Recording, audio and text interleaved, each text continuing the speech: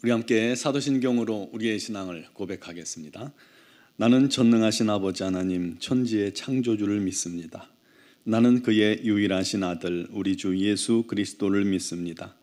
그는 성령으로 잉태되어 동정녀 마리아에게서 나시고 본디오 빌라도에게 고난을 받아 십자가에 못 박혀 죽으시고 장사된 지 사흘 만에 죽은 자 가운데서 다시 살아나셨으며 하늘에 오르시어 전능하신 아버지 하나님 우편에 앉아 계시다가 거기로부터 살아있는 자와 죽은 자를 심판하러 오십니다.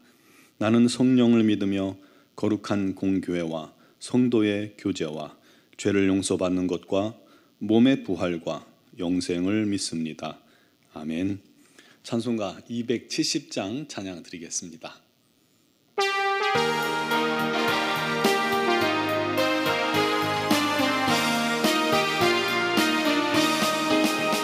변찮는 주님의 사랑과 거룩한 보혈의 공로를 우리 다 찬양을 합시다. 주님을 만나볼 때까지 예수는 우리를 깨끗게 하시는 주시니 그의 피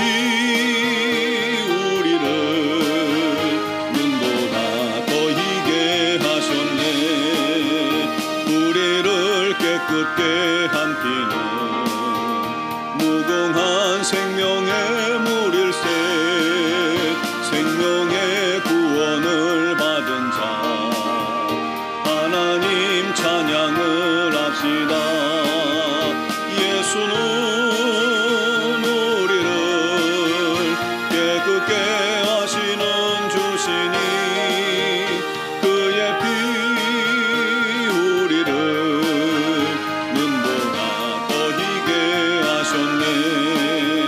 주님의 거룩한 보혈을 날마다 입으로 간증해 담대히 싸우며 나가세.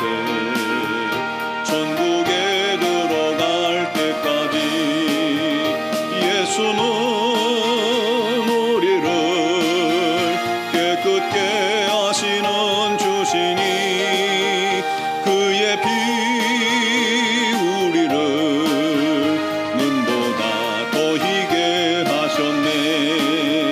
십자가 단단히 붙잡고 날마다 이기며 나가세.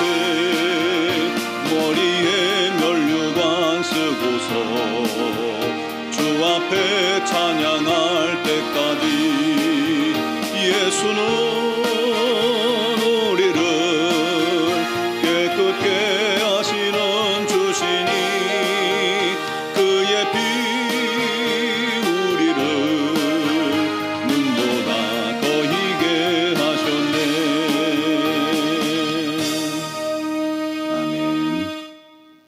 오늘 주신 하나님 말씀은 민수기 31장 1절에서 8절 말씀입니다. 민수기 31장 1절로 8절입니다. 여호와께서 모세에게 말씀하여 이르시되 이스라엘 자손의 원수를 미디안에게 갚으라. 그 후에 내가 네 조상에게로 돌아가리라. 모세가 백성에게 말하여 이르되 너와 함께 있는 사람들 가운데서 전쟁에 나갈 사람들을 무장시키고 미디안을 치러 보내어 여호와의 원수를 갚되 이스라엘 모든 지파에게 각 지파에서 1000명씩을 전쟁에 보낼지니라 하매 각 지파에서 1000명씩 이스라엘 100만 명 중에서 12000명을 택하여 무장을 시킨지라. 모세가 각 지파에 1000명씩 싸움에 보내되 제사장 엘르아살의 아들 비느하스에게 성소의 기구와 신혼아파를 들려서 그들과 함께 전쟁에 보내매 그들이 여호와께서 모세에게 명령하신 대로 미디안을 쳐서 남자를 다 죽였고 그 죽인 자 외에 미디안의 5 왕을 죽였으니 미디안의 왕들은 에이와 레겜과 수루와 후루와 레바이며 또 부올의 아들 발람을 칼로 죽였더라. 아멘. 우리 하나님께서 모세에게 마지막 사명을 주셨습니다. 이스라엘 자손의 원수를 미디안에게 갚으라. 그 후 너는 네 조상에게로 돌아가리라. 모세가 죽기 전에 마지막 사명은 이스라엘의 원수를 갚는 것이었습니다. 그때가 모세의 나이 이제 120세 정도 됐죠. 싸움을 지휘할 정도의 나이는 아니었습니다. 그럼에도 하나님께서는 이 나이 많은 다윗을 끝까지 사용하셨습니다. 그렇게 마지막까지 하나님의 일을 할 수 있었던 원인이 무엇일까요? 모세가 포기하지 않았기 때문입니다. 하나님께서 먼저 모세를 포기하지 않으셨고 모세도 포기하지 않으셨습니다. 여러분, 하나님의 일에는 나이가 중요한 게 아닙니다. 사명을 포기하지 않는 한 하나님의 일은 어떤 식으로든 계속될 수 있습니다.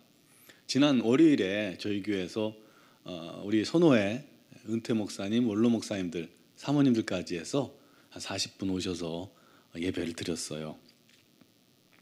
제가 설교를 이렇게 하는데 목사님들께서 얼마나 열심을 다해 열정적으로 예배를 힘있게 드리시는지 저 깜짝 놀랐어요. 교회를 걸어서 들어오실 때는 힘이 하나도 없어 보이셨는데 찬송 소리가 어찌나 우렁차던지요. 말씀을 전하는데도요, 되게 앞에서 전하는데 한마디도 놓치지 않으려시는 듯 너무 열심히 들으시는 거예요. 잘 안 들려서 그러는지도 몰라도 귀를 쫑긋하고 이렇게 들으시려는 그런 모습을 보면서 제가 그런 생각이 들더라고요. 청종하다라는 단어 있잖아요. 그 단어가 떠올랐어요. 청종하다라는 단어를 목사님, 사모님들 그 모습 속에서 본 것 같다. 그런 마음이 제 마음속에 들었습니다. 그런데 너무나도 열심히 말씀을 들으시니까 제가 상당히 부담스러웠습니다. 그리고 우리 교회를 위해서 통성으로 기도해 주시는데 교회가 쩌렁쩌렁 울리도록 그렇게 기도를 해 주셨어요. 저와 여러분들을 위해서 기도해 주셨습니다. 얼마나 감동적이었는지 몰라요. 식사를 하러 이렇게 모시고 갔는데 식사 기도를 하시는 목사님의 기도에도 얼마나 영적인 힘이 느껴지던지요. 참 존경스러웠습니다. 이분들이 연세가 드셔서 이제 교회 사역은 그치셨지만 여전히 함께 모여서 예배하시고 말씀 전하시고 기도하는 일을 그치지 않으셨던 거예요. 그것처럼 성도는 사명에 살고 사명에 죽는 자들입니다. 내가 하늘나라 가는 날이 나의 사명이 끝나는 날임을 기억하시기 바랍니다. 다시 말해서 하나님께서 이제 그만했다, 그만됐다라고 하지 않으셨다면 그 사람은 아직 사명이 끝나지 않은 거예요. 그러므로 주께서 그치라 하실 때까지 여러분 사명의 자리에 서시기 바랍니다. 나이 들었다고 사명을 포기하지 마세요. 다른 방식으로든 얼마든지 우리가 사명을 감당할 수 있는 길을 찾으면 얼마든지 찾을 수 있어요. 움직이질 못해도요, 기도할 수는 있잖아요. 기도의 사명을 감당하시는 것도 사명을 놓지 않는 것입니다. 그런데 미디안이 이스라엘의 원수가 된 이유가 무엇이었을까요? 25장에 보면요, 발락이 복술가 발람을 데려다가 이스라엘을 3번이나 저주하라고 청탁을 했죠. 근데 3번 다 실패하고 오히려 저주가 아니라 축복의 말이 입에서 선포되었습니다. 즉 이스라엘에 대한 저주가 하나님의 뜻이 아니었던 것입니다.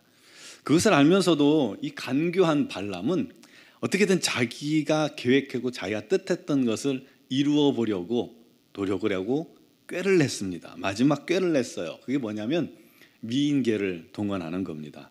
모압과 동맹 관계인 이 미디안의 아름다운 여인들을 선발해서 이스라엘 남자들을 유혹한 겁니다. 당시에 이제 미디안 여자들이 예뻤나 봐요. 생각해 보세요. 광야 생활에 그 얼마나 거친 환경에서 햇볕에 그을리고 또 잘 씻지도 못하잖아요. 거의 씻지도 못하니까 그런 상황 속에서 좀 꾀째째하니 그러잖아요. 그런 여인들만 보다가 예쁘게 단장한 미디안 여인들의 유혹을 받은 이스라엘 남자들이 속절없이 다 넘어가 버린 거예요. 여인들이 우상 제사에 초대하니까 너도 나도 옳다 좋다 그러면서 넘어가서 그 제사에 들어가서 먹고 마시고 음행하고 우상에게 절까지 한 겁니다. 그 일로 하나님의 진노를 받아서 24,000명이 연병으로 죽었습니다. 그래서 미디안이 원수가 된 거예요. 그래서 2절에 보면 하나님께서 말씀하십니다. 이스라엘 자손의 원수를 갚으라. 그런데요 3절에 보면 모세가 백성들에게 선포할 때는 뭐라 하겠냐면 여호와의 원수를 갚자. 이게 무슨 의미일까요? 나의 원수가 곧 하나님의 원수가 되고 하나님의 원수가 곧 나의 원수가 된다는 겁니다. 왜요? 우리가 하나님의 자녀잖아요. 우리가 예수 그리스도로 말미암아 하나님과 연합되었기 때문입니다. 하나님의 명령대로 이스라엘은 미디안을 공격했습니다. 그리고 그 민족을 진멸시킵니다. 남자를 알지 못하는 처녀 여자 아이만 종으로 남기고 씨를 말렸어요. 다 말렸습니다. 왕들도 다 5이나 죽였습니다. 이상하죠? 우리 주님은 원수를 용서하라고 하셨고 또 사랑하라고 하셨습니다. 그런데 또 하나님은 그들을 진멸하라고 그랬어요. 그럼 주님의 명령과 하나님의 명령은 상충되는 것인가요? 그렇지 않습니다. 본문에서 원수 갚는 것은 인간적인 복수와는 전혀 다른 것입니다. 모세가 뭐라고 했죠? 여호와의 원수를 갚자. 이 전쟁은 단순한 복수가 아니라 하나님의 심판이었던 것입니다.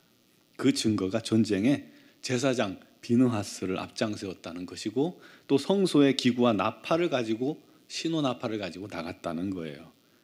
그렇다면 아이들까지 남자아이들까지 진멸시킨 이유가 뭐예요? 그게 바로 죄에 대한 하나님의 마음인 것입니다.